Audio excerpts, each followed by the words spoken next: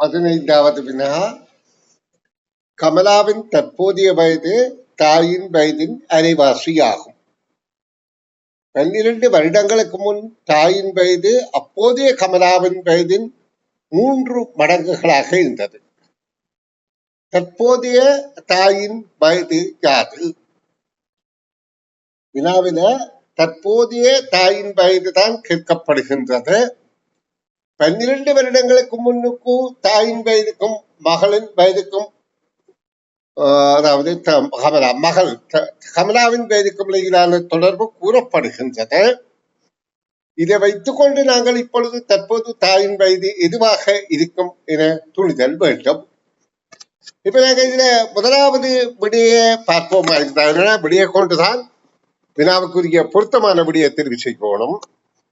தாய்க்கு இப்ப 36 வயது என்றால் கமலாவுக்கு 18 வயதாக இருக்கும். 12 வருடத்துக்கு முதல் கமலாவுக்கு 6 வயதாக இருந்திருக்கும். தாய்க்கு 24 வயதாக இருந்திருக்கும். அப்பொழுது 3 மடங்கு என்பது தவறான கருத்து. 4 மடங்காக இருக்கின்றது. அப்போ முதலாவது விடை பொருந்தாது. இப்பொழுது தாய்க்கு 48 இருந்தால் கமலாவுக்கு 24 இருக்கும். 12 வருடத்துக்கு முதல் 12 இருக்கும். தாய்க்கு 36 இருக்கும். அப்போ 3 மடங்காக இருப்பது பொருத்தமாக இருக்கின்றது. ஆகவே பொருத்தமான விடை 3வது. இனி நாங்கள் அடுத்த 16வது வினாவை பார்ப்போம்.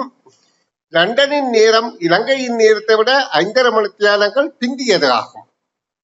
இலங்கையின் நேரம் 2:35 உள்ள வேளையில் லண்டனின் நேரம் யாது என்பது கேள்வி. இப்ப எங்களுக்கு தெரியும், பூமியில ஒவ்வொரு பகுதியில ஒவ்வொரு நாடுகள் இருக்கின்றது. அப்ப பூமி சுற்றி கொண்டு இருக்கின்றது. இதை பொறுத்து நேரங்களும் வித்தியாசமாக இருக்கும். ஒரே நேரத்துல ஒவ்வொரு நாடுகள்ல ஒவ்வொரு நேரமாக இருக்கும் என்பது நீங்கள் அறிந்திருப்பீர்கள். இப்ப லண்டன்ல இலங்கையை விட 5.5 மணி நேரம் பிந்தி இருக்குமாம். இப்ப இங்க பகல் 12 இருந்தால் அவர்களுக்கு 5.5 மணித்தியாலத்தை குறைத்தோமாக இருந்தால், அதாவது 6 மணித்தியாலத்தை குறைத்தால் காலை 6 இருக்கும். 12 என்றால் 6 இருக்கும். ஆனா இது 6.5 மணித்தியாலம் 6.5 இருக்கும். 5.5 மணித்தியாலம் குறைவின்றபடியால் இப்ப இங்க கேட்கப்படுகின்றது, 2:35 இருக்கின்ற போது இலங்கை லண்டனின் நேரம் யாது என்று கேட்கப்படுகிறது. இந்த 2:35 முற்பகலா பிற்பகலா என்ற ஒரு தகவல் தரவில்லை. அப்ப அப்படின்னா அப்படி கேட்கப்பட்டா நாங்கள் அதுக்கேற்ற வழியை கண்டுபிடிக்கணும். இப்ப நீங்கள் 5.5 மணித்தியாலம் குறைவென்றால் இந்த 2.5 மணித்தியாலம் என்றதிலே இருந்து 5.5 மணித்தியாலத்தை கழிக்கிறது கஷ்டம். அப்ப இதை பிற்பகலாக கருதி கொண்டு 2:35 12 கூட்டினால் 12 மணியை கூட்டினால் 14:35. இந்த 14:35 இருந்து 5:30 கழித்து நாங்கள் நேரத்தை கண்டுபிடித்து அது இந்த நேரம் முற்பகலா பிற்பகலா என்பதை துணிந்து கொள்வோம். இப்ப 35 30 போனால் 5 நிமிடங்கள், 14 5 போனால் 9 மணி 5 நிமிடங்களாக இருக்கும். அப்ப 9 மணி 5 நிமிடங்களாக இருந்தால் இது பிற்பகலாக இருக்கணும். ஆனா இங்க விடை 9:05 இல்லை. 9:05 நாங்க 12 கூட்டினால்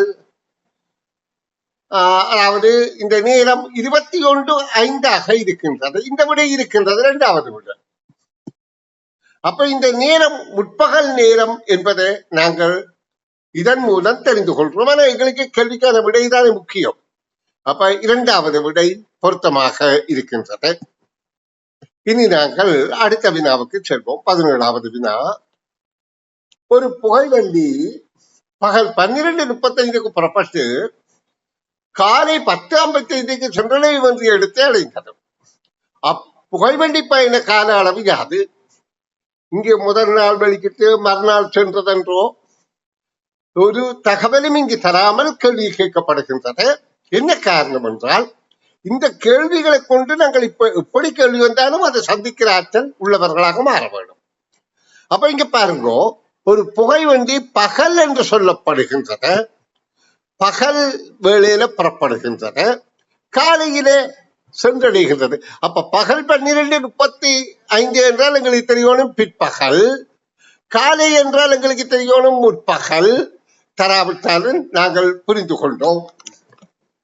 இப்ப பிற்பகல் புறப்பட்ட பேருந்து புகைவண்டி முற்பகல் சென்று அடையுதென்றால் அடுத்த நாள் என்பதுதானே கருத்து. பிற்பகலுக்கு பிறகு நள்ளிரவு தானே வரும், நள்ளிரவுக்கு பிறகுதானே முற்பகல் வரும். அப்ப இங்க முற்பகல் 10:55 என்று சொல்லப்படுது சென்றடைந்த நேரம், புறப்பட்ட நேரம் பிற்பகல் 12:35 எனப்படுது. அப்ப 12:35 இருந்து நள்ளிரவு 12 வரைக்கும் கழித்தோமாக இருந்தால் இதை மனக்கழிப்பாக பார்த்தால் 12 12 போனால் 12 மணித்தியாலம், அதில் ஒரு 35 கழித்தால் 11:25 என்று தெரியுது. இதுக்கான காலம் நள்ளிரவு வரையில. அதோடு இந்த 10:55 கூடணும். அப்ப 11:25 10:55 கூட்டினால் விடை எங்களுக்கு தெளிவாக கிடைக்கும். கூட்டினால் 0 8 வரும், 80 போடு இயலாது, மணி நிமிட கூட்டல் 60 நிமிடம் ஒரு மணித்தியாலம். அப்ப இங்கே 22 மணித்தியாலம் 20 நிமிடம் என்ற விடைதான் பொருத்தமாக இருக்கின்றது, இரண்டாவது விடை. இனி நாங்கள் அடுத்த வினாவுக்கு செல்வோம். இந்த பக்கத்தின் இறுதி வினா அல்ல, அடுத்து இன்னொன்று இருக்கின்றது. 18வது வினா. ஒரு கடிகாரத்தில் நண்பகல் 12 மணிக்கு மணிமுள் என்னும் ஒன்றை ஒன்று சந்தித்தபடி இருக்கும். அதற்கு பின் அவ்வொரு முட்களும் முதலாவது தடவையாகவும் மூன்றாவது தடவையாகவும் ஒன்றை ஒன்று சந்திக்கும் நேரங்கள் யாவை? இப்ப எங்களுக்கு தெரியும், ஒரு கடிகாரத்தை பொறுத்தவரையில 12 மணியாக இருக்கின்ற போது நிமிடமுள்ளும் மணிமுள்ளும் ஒன்றோடொன்று உரசினபடி மேல நோக்கி கொண்டிருக்கும். இனி கேட்கப்படுகின்றது, இந்த மணி நிமிடமும் மணிமுள்ளும் நிமிடமுள்ளும் திரும்ப இப்ப சந்திக்கும் என்று. இப்ப நிமிடமுள் தான் வேகமாக அசைய போகின்றது. நிமிடமுள் இப்படியாக ஒரு வட்டம் சுத்துகின்ற போது மணிமுள் 12 ஒரு பாகத்தை நகர்ந்து விடும் என்பது எங்களுக்கு தெரியும். ஏன், நிமிடமுள் சுற்றுகின்ற போது மணிமுள்ளும் நகருகின்றது. அது எங்களை கண்ணுக்கு தெரியாவிட்டாலும் அது நடப்பதை நாங்கள் அறிவோம். அப்ப முதல் 12 சந்தித்தது அடுத்த தடவையில சந்திக்க மணிமுள் நிமிடமுள் இங்க மணிமுள் 1க்கு வந்தபடியால் நிமிடமுள் 1:05 அல்லது 1:06 கிட்டத்தான் சந்திக்க முடியும். சரி, 1:05 எடுத்துக்கொள்வோம்.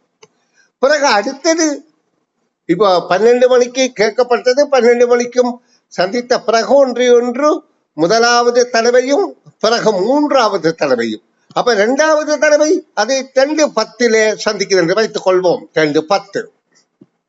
மூன்றாவது தடவையில அது 3:15 சந்திக்கும் என்று வைக்க முடியாத காரணம் என்னென்றால், இந்த 3க்கும் நிமிடமுள் கரைக்குள்ள மணிமுள்ளும் இந்த ஒரு பாகத்தின் கால்வாசி நகர்ந்திருக்கும். அப்ப 3:16 சந்திக்கும் என்பது பொருந்துகின்றது. அப்ப முதலாவது 1:05 எடுத்துக்கொண்டாலும் ஆனா மூன்றாவது 3:16 என வரும். மூன்றாவது விடையே பொருத்தமானது. இனி 19வது வினாவுக்கு போவோம். முற்பகல் 12:30 பிற்பகல் 12:30 வரை மணி வரையிலான 12 மணித்தியாலங்களுக்குள் மணிமுள் நிமிடமுள் நேர்கோட்டில் காணப்படும் சந்தர்ப்பங்கள் எத்தனை? இந்த வினாக்கள் மிக முக்கியமானது என்னென்றால், கடிகாரம் 12:30 என்ற ஒண்ணு எல்லாரும் 12 தடவை என்ற விடிய தெரிவு செய்வார்களை தவறு. ஏன், மணிமுள் நிமிடமுள் ஒரு வட்டம் சுற்றும் போது மணிமுள் 12 ஒரு பாகன் நகருகின்றது என்பதை நாங்கள் கணிப்பில வைத்துக் கொள்ள வேண்டும். 12 ஒரு பாகம் அக்யூரேட்டா இல்லை, கொஞ்சம் கூடும் குறை மதுமையான விஷயம். எங்களுக்கு 12 ஒரு பாகம் நகருகின்றது என்பது தெரிந்தால் போதும். இப்ப பாருங்க, 12:30 இருந்து நேராக நிற்கின்றது என்று சொல்லப்படுகின்றது. ஆனா 12:30 நேராக நிற்பதாக இல்லையே.